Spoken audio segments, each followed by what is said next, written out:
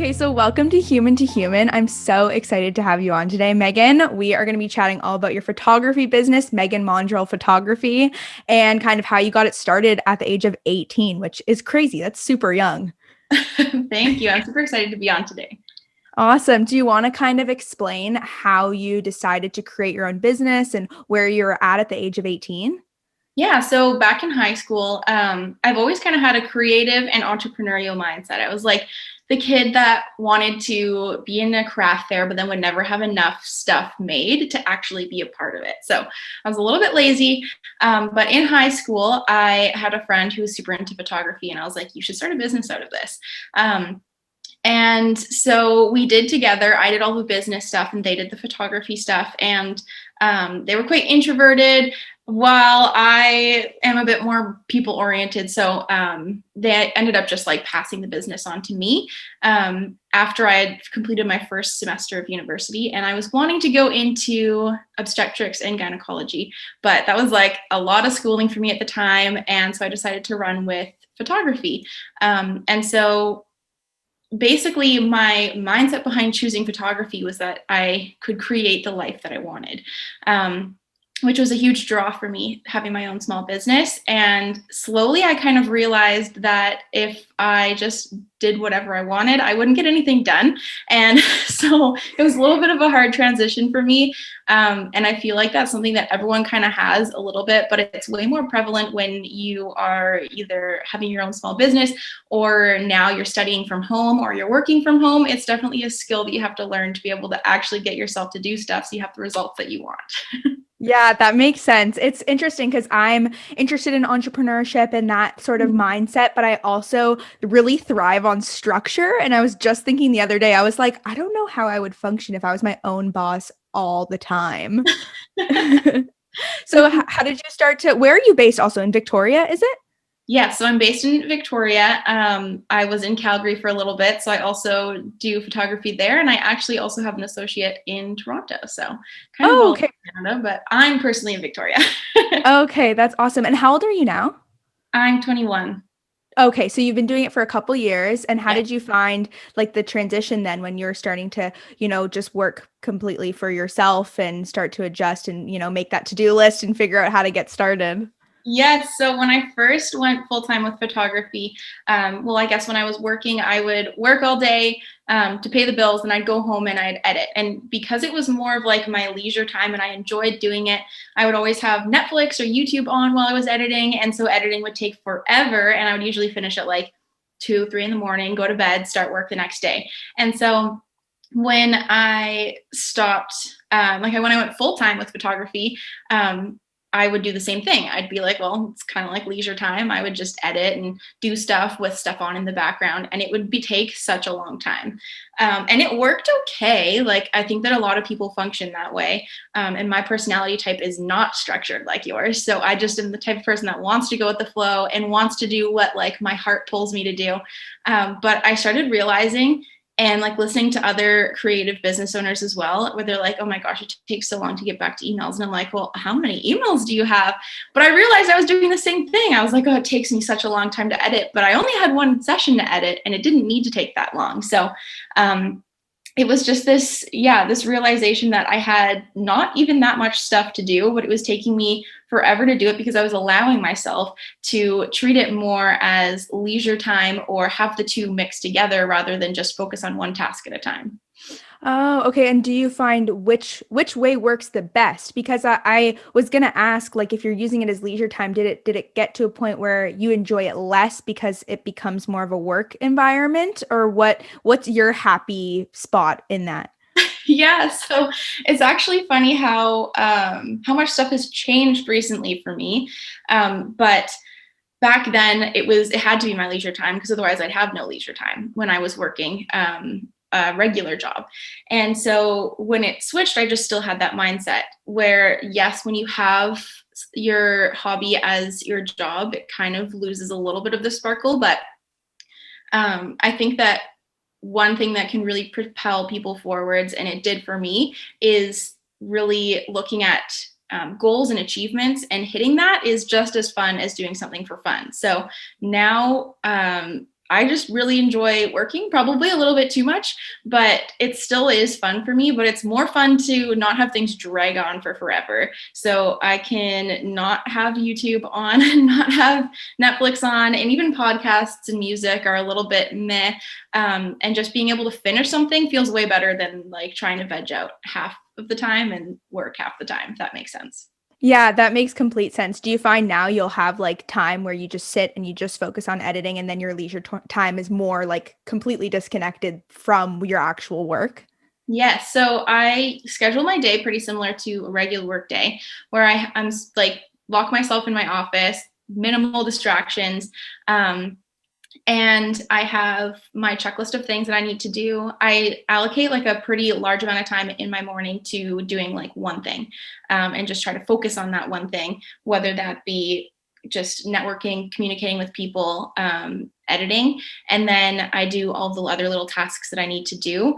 But I don't let myself do anything fun until like after 5, which I think is interesting because other people are like, well, yeah, I do that in work. But I'm like, I think a lot of people text during work and a lot of people go on their phones during work. So it takes, yeah, something that you have to learn. But I've definitely noticed that I'm more excited to work when I do that and I don't let it mix together, because when you see results from it, what's like, it's all exciting, you know? Yeah, that's really impressive that you can do that as well and set that boundary. I think Mhm. especially I'm sure now with everybody living at home because of COVID and working from home, boundaries are hard. And I find with myself too, like finding that balance of, not putting too much pressure on myself, but, making sure I stay motivated. And like, do you find, how did you gain that self-discipline? So I would say you have to start small. And what it grew from was I used to never be someone who liked reading. I hated reading. I thought if you were going to read, you might as well just watch a movie, or listen to a podcast. But I started reading self development books and just creating that habit of reading 15 minutes a day. I chose to do it at night. And then you just learn things and it opens your mind to a whole other level of stuff where I feel like sometimes you can associate yourself with people who aren't super, dedicated to creating something. And it's hard to break out of that if you don't have anything going for you. So reading definitely helped me with kind of starting to get the ball rolling. And then you just have to kind of create some rules for yourself, whether it is that you're going to put timers on your apps on your phone, or you're not going to have certain apps on your phone because you know that they're just going to like, rope you in. Like YouTube was one of those for me, or Netflix. And then I also find that just making sure that you have a space that has everything that you need on it so that you're not like wandering around. I get super distracted if I don't have stuff and then I need to go get something, but then I'm out and I need to get something different. So all of that really helps me. But I think that it really all comes down to also like having something that's worth working towards. If you don't have that, then it will be Yeah. very hard. Yeah, that's funny. That was the exact thought I just had where I feel like you can try and put any, rules or things in place to keep Yeah. yourself accountable, but at the end of the day, you need to love what you're doing Mhm. to have that dedication, right? Yeah, either love what you're doing or love the result it would give you, or just love the growing process of being able to have more control of yourself because it's kind of nice to know that I have more control over myself. Whereas before it was kind of like trying to get a toddler to eat their vegetables and go to bed early and stuff like that.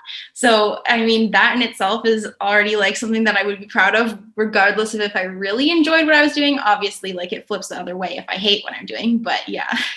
Yeah. What's kind of the hardest thing you've found in the past couple years of growing your business or something you've struggled with the most? Um, Probably just, I think that self-limiting beliefs is a really hard thing because you don't even know half the time when they're there. And so when you are constantly telling yourself something and it seems normal, and nobody points out that you're like maybe talking out down about yourself or creating a ceiling for yourself, then sometimes you don't even know that it's there. And through teaching other photographers, that's the main thing is like, do they believe that they can do it? Because it doesn't matter how much money they want to put into whatever they're learning about, their business. if they don't believe that they can do it, then they're not going to do it. So it's Yeah. that's probably one of the biggest things, yeah, that I've found.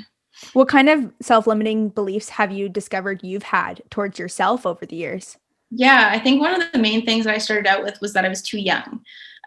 Like it was something that Mm. I was also on the flip side proud of, but it was something that I was like, well, I don't know anyone who's getting married. So that's why I don't have as many wedding books. Or people don't trust me because I'm young, or I don't have that like professional feel. Other things too, like when I moved to Calgary, I was like, well, I'm in Calgary and I grew up in Victoria. So I just have a different like vibe to me. And there's just so many limiting beliefs you can do about anything. Like you could say, like, oh, I don't have running genetics, so I'm not a runner. Or I don't know, anything really. And it's kind of scary when you think about it. And it's something you have to like ask someone who you trust. Like, just listen to what I'm saying. Am I saying anything that's going to ruin my potential here? Yeah, oh my gosh. I love that. I love how those were just such specific examples I've completely felt as well. And I Yeah. feel like we can't realize our beliefs until we start to vocalize them because Yeah. we keep everything in our head and we're like, well, yeah, I'm 19 and like this is crazy. Like who's gonna want to come on my podcast type of Yeah. thing, right? And like what does it even mean to be qualified or credible too, right? But as soon as Exactly. we start like vocalizing that stuff, like I've started to say things and been like, oh, that sounds different outside of my head. Yes. That has So way that's less weight when it's outside of my head than inside. Yeah. yeah, it's crazy. And I think it's so important to like, I find journaling as well for me, like writing stuff down or Mhm. communicating it and any way to get it out of my head and onto paper or into the world makes me shift that mindset so much. Yes, I love that. And I find another thing that's really helpful too, if you ever feel like you're getting just really caught up in your head and everything's spinning around and you just have so much stuff to think about and you're on your way to burnout, I think that brain dumping and like just writing it out is so helpful because then it actualizes everything and things aren't as big as they felt before, which is really, really a good feeling. Yeah. Oh, I love the term brain dumping because I totally do that. Yes. And I'm curious also about burnout because I find doing even the podcast, I can just overwork myself. And I think we all can. And like, have you experienced burnout and how do you keep yourself from working yourself too hard? Yes, one of the most beneficial books I've read so far about burnout is called Grit. And so in that book, it talks about like passion and perseverance. And so burnout is just basically, it can be created by limiting belief because if you have a sense of hopelessness about what you're doing and where it's going to take you, then automatically you're going to feel burnt out. And I don't really like to a degree you can overwork yourself. I've been there, but as long as you have that hope still, you can never really work too hard. I mean, obviously take that with a grain of salt because you don't want your relationships and your family life to, plummet. But I think that it is a little bit of this misconception that you just need to like take vacations and relax when in reality, if you aren't doing something that you're passionate about and you don't have any hope on where that's going to take you, then that's when burnout happens. And it can be Mm. created by limiting beliefs. Yeah, that's interesting. That's a good point because I find, yeah, even when I have, I'm tired or I'm feeling lazy or I'm not looking forward to a podcast call, whenever I do it, I always walk out of it feeling so good and feeling so Yeah, refreshed. And I feel like exactly. I've done like a little bit of self-taught photography and a little bit of video editing and that sort of Mhm. thing. And I think like the little goals too are so important. So then you can get to that, oh, like this editing session is done or like this video just got finished and there is that excitement that comes back and keeps you going. Exactly. And that's where motivation comes from. People are always trying to search for motivation in external sources, when in reality, it's you create it yourself based on making those little steps. And so it also creates trust with yourself. So for instance, we're always like keeping promises and trust with other people, but with ourselves, we're so easy to just not like whether it be eating healthy, going to the gym, doing like not going on your phone during your work day, whatever it is, when you break those promises, you're automatically setting yourself up to later look at a goal and say, well, you can't reach that. You couldn't even not go on your phone yesterday. Are you kidding me?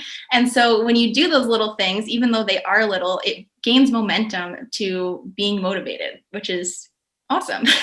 Yeah, that's such a good point is keeping and yeah, it's interesting too because I've heard someone say something like if you would never hang out with someone who was like the voice inside your head when we can Yes. be so hard on ourselves and be like, how could you like fuck that up or why aren't you doing this Yeah, better? Like imagine if you were sitting on the couch hanging out with a friend who said that stuff to you, you'd be like, get out of here. exactly.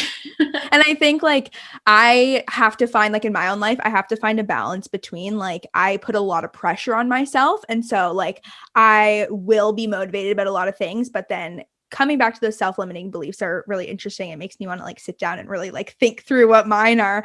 But also, you know, congratulating yourself for those small wins and those big wins and pushing yourself and especially when we stick to those promises, be like, that was awesome. Like good for you. Like we got to give ourselves a pat on the back. Exactly, and not be falling into the perfectionist kind of lifestyle, because getting things done is always better than perfect, in any sense of the word. Like, even if I feel like working out is just such an easy example, but even if you just go to the gym and walk on the treadmill, it's better than sleeping in and not going to the gym, right? So done is always better than perfect, and just always feel good about what you are able to get done, and just make goals and lists on how you will achieve the stuff you didn't get done the next day. Yeah, I love that. I have started to realize I have had a mentality of all or nothing and I'm trying to shift it Mhm. to all or something because Yes. doing a little bit or getting, you know, I also learned to like I'll put 3 things on my to-do list every morning instead of 7 or 8 or 10 or Yes. 15 because I mean, really are you going to get 15 things done in one day? Usually not if they're big, Exactly. right? So I think working with ourselves is so important and trying different things out. And I don't think that school teaches us that. School gives you the all or nothing mentality, because you don't want to try at something and not do well.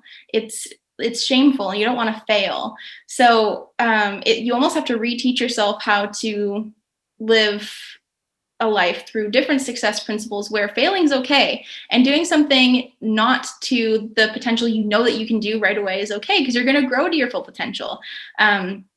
And it's not like if I can't do well on this project, I might as well just not do it because I'm going to get an F anyways kind of mentality, right? So I mean, yeah, it's not something that you're alone with feeling. It's literally just what you learned from, yeah, the school system and the pass or fail kind of mentality. Yeah, that's such a good point. I learned in a class I took with my university. Actually, they brought it on because of COVID, which was great, and I learned a lot. It was like all about it was a wellness course, and it taught us also about like decision fatigue and how we can be making ourselves make so many decisions in a day that it's important to clear out the ones that aren't as important. Because then when it gets down to the important things of like what am I going to work on to accomplish this goal, we can be like, oh, there's too many things I can't even decide.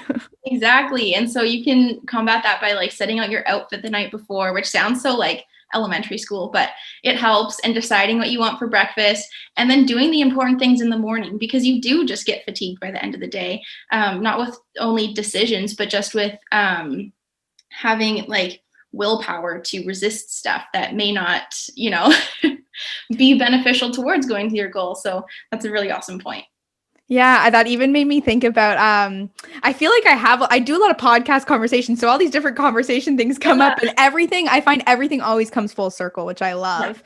And someone said to me recently is sometimes we need to talk to ourselves like we're in elementary school and say like, okay, you're allowed to go on your phone for 10 minutes and then you need to get off of it. Or like Yes. even what you said about setting out your outfit. When I was in elementary school, that was my shit. Like I would set out my outfits for the entire week. I was crazy. I just Aw, like it made me so happy. So I'm like, yeah. that might be a good call to like do that now. Why not? Like sometimes our younger selves knew they were doing something right. Right? Whereas I feel like my younger self was the person who would never set something out, because I hated that kind of structure. So you already have a leg up that you taught yourself younger that you have structure. It's interesting. I feel like we are like very different in some ways, which is interesting. I love that we're having this conversation because for you, I feel like you kind of taught yourself how to create more structure in your day, like you were saying, and not go on your phone. And then after 5 o'clock, you can have more of your rest. But for me, I'm so structured that I can get myself stuck in it and then put so much pressure on myself and not take a step back and be like, okay, you've done a lot today, Jessica. I've learned to like write down everything I did because some days I'm like, I didn't do anything. And then if I write everything down, I'm like, oh, okay, I did a lot. Like I can relax. I can relate to that. Like, yeah, needing to complete as much as possible in the day to feel accomplished. But I would question if you're being too structured is maybe a limiting belief. Oh my God. I also realized another limiting belief while we were having this conversation that I Yeah. was going to bring up too, which is good to do it like on the air and like call yourself out right away is I'm obviously sitting here talking to someone who has their own photography business. And so a self-limiting belief that I did at the beginning of this call is I went, well, I just do photography like on the side or like self-taught or whatever, putting myself down for, yeah, sure, I'm not doing it full time, but it is like, I just did some videos for my cousin's wedding, right? So like Yeah, having that experience. We live in a world of so much comparison sometimes, and I'm I like, that know. was a self-limiting belief that I felt like I had to talk down about something I do as a hobby. Well, and the other thing too, and one of the other reasons why I think that we do it is because you feel attention when you are comparing yourself to other people. And comparison is, you have to be careful with it, but it can be healthy in the sense that it creates tension to want to do better. And you release yourself from that tension when you give excuses as to why that person's where they are and you aren't there. So another Yeah. interesting little thing.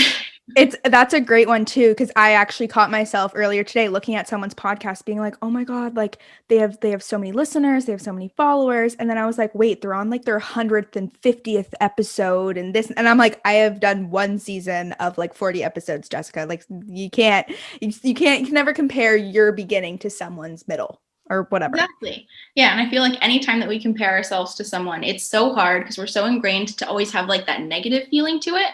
But like you could, in that case, compare yourself to them and say, like, oh my gosh, like maybe I could reach out to them and see what they did because I want to be that successful one day. And it's hard. Like, of course, I'm like also looking at people and I'm like, what did they do to get there kind of thing. But you can always just, when you catch yourself doing that, you don't have to feel guilty about comparing, but you can flip it to try to be a little bit more positive. Yeah, exactly. And show that it's also a really cool thing, and I'm sure you feel like this in the photography business, to see so many people doing something so similar to you. You can take it two ways. You can be like, oh, all these people are doing this. Like what's mine gonna like be any different? Or look at all these people doing it. That just shows that there is the need for it, there's the want for it, there's the passion, and that makes sense that I'm doing it too. And it can be more of an encouraging thing. Exactly. Yeah. And always having kind of that grounded feeling that whatever you're going to create is always slightly different than everyone else's. So, yeah. Yeah, exactly. I want to hear also more about like books that you've read. I ended up getting into mindset and motivation in a very similar way by reading self-help books a couple years ago. And that's how, I became so passionate about this. And I'm curious, other podcasts or books or just different things in life that's impacted you. Yeah. It's like some of my favorite books are Mindset by Carol Dweck, The Compound Effect by Darren Hardy. I think that those are my favorite mindset ones specifically. But yeah, I don't limit myself just to mindset. I like reading all types of books because you can learn and be passionate about so many different things. For sure. I'm curious too what you use for your downtime now. If you kind of enjoyed editing as some leisure activity, what had you find you don't kind of mix it anymore, or what's your leisure look like? So I'm trying to have intentional rest time, which I feel like is, again, something that a lot of people don't do. So it's something that I'm currently working on, where I don't want to just go and sit down and watch hours of TV because that's easy. And then I used to think like, if it's not TV, then I might as well be working because that also makes me feel good. But I'm just trying to have other activities I can do. So right now, which sounds ridiculous, but I am crocheting a sweater for my cat because he's too Oh, fat for the sweater I bought him. Um, that's amazing. or like reading a little bit extra, or just trying to like sit down and talk to people, have video chats with people, just things that are relaxing, but don't just give you that kind of mental morphine, like mind numbing aid that watching TV or YouTube does. Because I feel like that's another reason why maybe some people are burnt out, is because they're never actually giving themselves time to slow down and think and do something that they enjoy. And it's always just this psychological, of course you're going to like TV, that's why they make it kind of thing, right? So definitely I'm still working on finding the tried and true things that I enjoy doing in my spare time. Because yes, right now it's just working a lot or talking to people and a little bit of TV, which I'm not proud of. But again, not really wrong with watching too much TV, but Yeah, I I mean, really want to. it's the balance for sure. And I Yeah. think like finding, different things. Like I once in a while will read when I wake up in the morning or, I Mhm. usually try and read before bed, but sometimes I'll do it and I'll be like, wow, this is so much more relaxing to like slow Yes. my thought process down, right? Exactly. And it's actually interesting when you said balance, it reminded me of another book, which is The One Thing. I'm not sure who the author is, but they talk in there about how everyone likes to like think there's some sort of balance that you should be achieving when there really isn't any balance. And so I think that it's Pareto's principle is that 20% of what you do is going to give 80% of the results. So if you focus on that 20%, then you're going to get more results. So I don't know. I just thought that was interesting. Something that I really took away from that book is that everyone's trying to have this work-life balance when in reality, it's not really a thing. I love that. Like balance is really an illusion. Yeah, exactly. Yeah, that's such a good point. And it made me think of something else. I can't remember what it was, but I even another thought I had too is I FaceTimed a friend recently and she answered and she was in the shower and I was like, "Why are you answering me in the shower?" She was like, "I was watching a like movie on Netflix and I was just like finishing it." And I was like, "Shower thoughts are called shower thoughts for a reason. They're to disconnect and that's why we have like very interesting thoughts come up because we're finally, not on a screen or not scrolling or Mm-hmm. not talking to someone, right? Yeah, exactly. That's Um, really funny. yeah, I was like, come on, get it. Don't bring your phone in the shower. Yeah. Oh my gosh. Is what exact emotions were you sort of feeling that were getting in the way of your motivation and that what you needed to propel forward in your business? Ooh, that's a good question. Emotions, I think some like anger, honestly, with either whether that's towards myself and where I was at, or looking at other people and where they are. I think that it's a common emotion to look at successful people, whether that's Jeff Bezos or people who made Walmart or whoever it is, and just get angry because you feel like you were dealt crappy cards compared to them. Mm, Um, and in reality, everyone has the same amount of hours in the day. And if you look into maybe Walmart's different, but Jeff Bezos he didn't have this like luxurious upbringing. And that's the same with a lot of self made business people, is that they just play their cards a little bit differently. So I think, yeah, anger was a big one, not towards Jeff Bezos, but just like the comparison thing, basically. um, and I think another one, just like a sense of, I don't know, not having confidence. Because when you're breaking that trust with yourself and when you see where you can do better and you're just kind of continuously disappointing yourself, it's hard to get yourself to do better. So, yeah, maybe disappointment is better and anger. But mhm. again, it's just recognizing that those are things. I think that sometimes it's easy to not even recognize those emotions in yourself and just keep pushing forwards and not having the best outlook on anything. And then seeing and doing like lots of reflecting and soul searching, I guess you could say, on what would make you click better with certain stuff. For sure. I think it's so important to slow down and give ourselves some time to think, or else we won't even Mhm. notice those emotions or the self deprecating thoughts and all of Yeah. those things unless we take a second and, make that shift. And it's a hard shift to make for sure. And I think that admitting that you could be doing better is really hard. So if you are at the point when you have admitted that you can do better, you're already like winning compared to a lot of people, honestly. Yeah, yeah, for sure. And the thought I actually remembered that I wanted to mention before was Mhm. sometimes it's interesting that when we slow down, we actually can increase our productivity rather than being like, go, go, go, go, go. What's next? What's next? What's next? And I'm really guilty of that mindset Yeah. of like always pushing to what's next when really if you take some breaths between, transitions or the different things you're working on, it can give us that like just such a clear mindset to walk into something new with. Exactly. And trying to not multitask, whatever the multitasking is, because you're putting only 50% brain power to each task. So yeah, of course you're not going to get it done as fast or to the best potential that you could. But that's really interesting that you say to slow down, because that's also something that I'm very guilty of. I like get super, yeah, just super wound up and like on this roll of going way too fast. And it really is better to slow down and focus on what you're doing and focus on giving yourself space to think, in between doing tasks. But yeah. Yeah, I completely agree. And it's funny, I feel like my brain's about to go full circle too, to back to our when we talked about limiting beliefs of like being too young and being too young to like, not feeling credible. But I've had moments too where I've had friends more tell me when they're hearing me overthink or be too hard on myself. They've said, Jess, I don't know anyone who is 19 and has a podcast. Like, stop being so hard on yourself. Like at the age of 18 years old, I don't know anybody who started their own photography company and then brought it full time and is still doing it today. So I think it's so important to kind of take sometimes those limiting beliefs and switch them on their head and be like, this is a great thing. Actually, it's an advantage and something to be proud of. Exactly. And I think that it's interesting that you say that, because a lot of the times, I think that we trick ourselves into thinking that we don't have limiting beliefs because we'll use things as like a positive and a negative.